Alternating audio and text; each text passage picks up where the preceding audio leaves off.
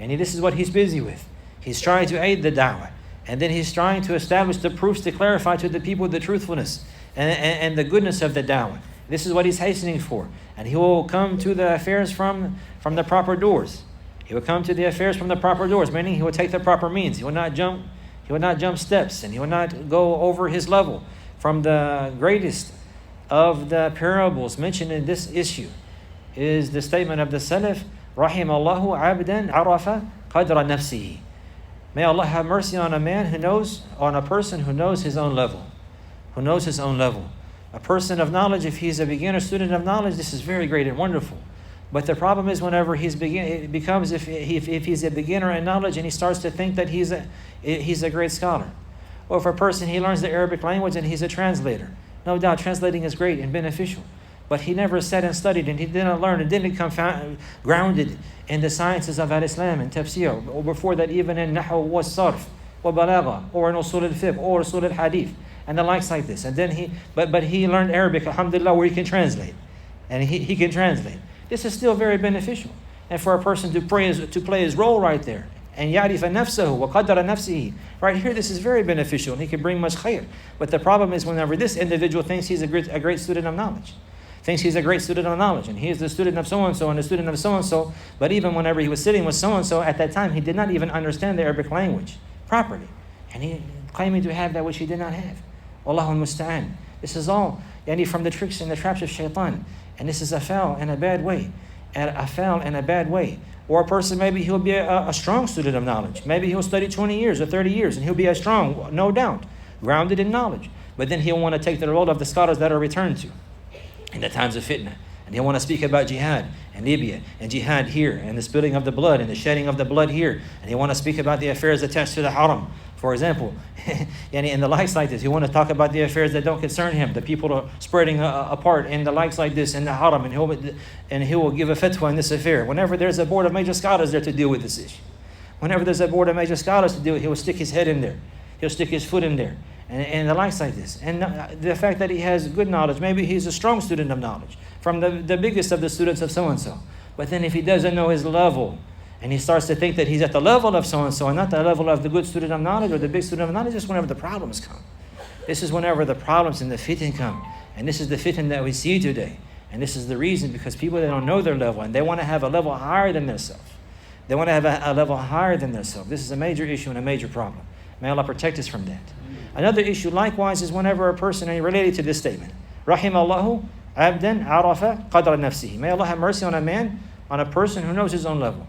Likewise, on the other hand, on the other extreme, some people, they will have great benefit with them. Maybe they're not a student of knowledge, or actually going and studying for some time, or sitting at the feet of the scholars for a while, and the likes like this, or completing books one after another. Maybe they didn't reach this level, but they have a great foundation of aqeedah, and they know tawheed clearly. Even they may know some evidences and likes like this, and they know how to pray.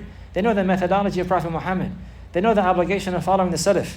They have a foundation in their religion, and they're upon khair. And they'll see their brothers upon falsehood. And they'll see their family members upon shirk. And they'll see the people upon innovation. And then they'll say to themselves, I can't say anything. I'm not a student of knowledge. I can't say anything. I'm not a student of knowledge. I can't talk about these affairs. I'm not a... But these are issues that he knows truthfully. That he's grounded in himself. Even if he didn't learn them from sitting with the great scholars, he learned them though. He learned them either by way of their students, or by way of the recordings in the books, or even by way of the translations and the likes like this. And he's upon clarity in his religion, and then he won't say anything with the claim that he's not a student of knowledge, or that he doesn't have a recommendation from so-and-so and so-and-so. And this is not correct likewise. Whether a person, if he knows the truth, especially if he knows the evidence for that, he will call to that, and he will inform the brothers of that. And whenever he sees somebody in need of that, if he sees somebody praying wrong and he knows how to pray right, he will pull his brother to the side and tell him how to pray right. If he sees his family members in innovation or in shirk and the likes like this, and he knows it's clear shirk or misguidance, then he will advise them, and he will direct them to tawheed, and he will call them with the knowledge that he has, and he will not go past his limits. The problem is whenever the person goes past his limits.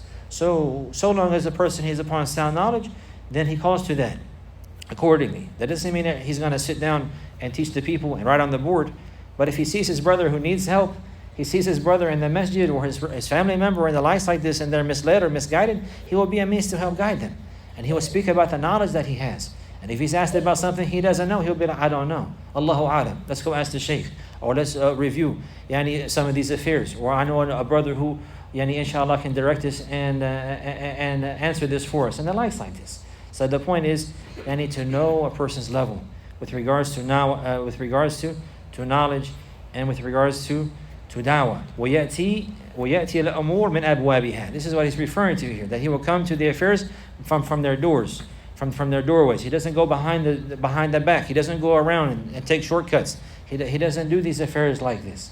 He doesn't do these affairs like this. Rather, he comes to the doors in the manner that is proper. Meaning he addresses the affairs and he deals with affairs in the proper means, without skipping steps. وليس البر أن تأتوا البيوت من ظهورها ولكن البر من اتقى وأتوا البيوت من أبوابها. And he's referring to this verse, rahimahullah. And that one, he would do things properly, and he'll take the proper channels and the proper means, and he'll weigh out the affairs and look at that which is most beneficial and look at that which is harmful, and he'll move accordingly with wisdom and without being hasty.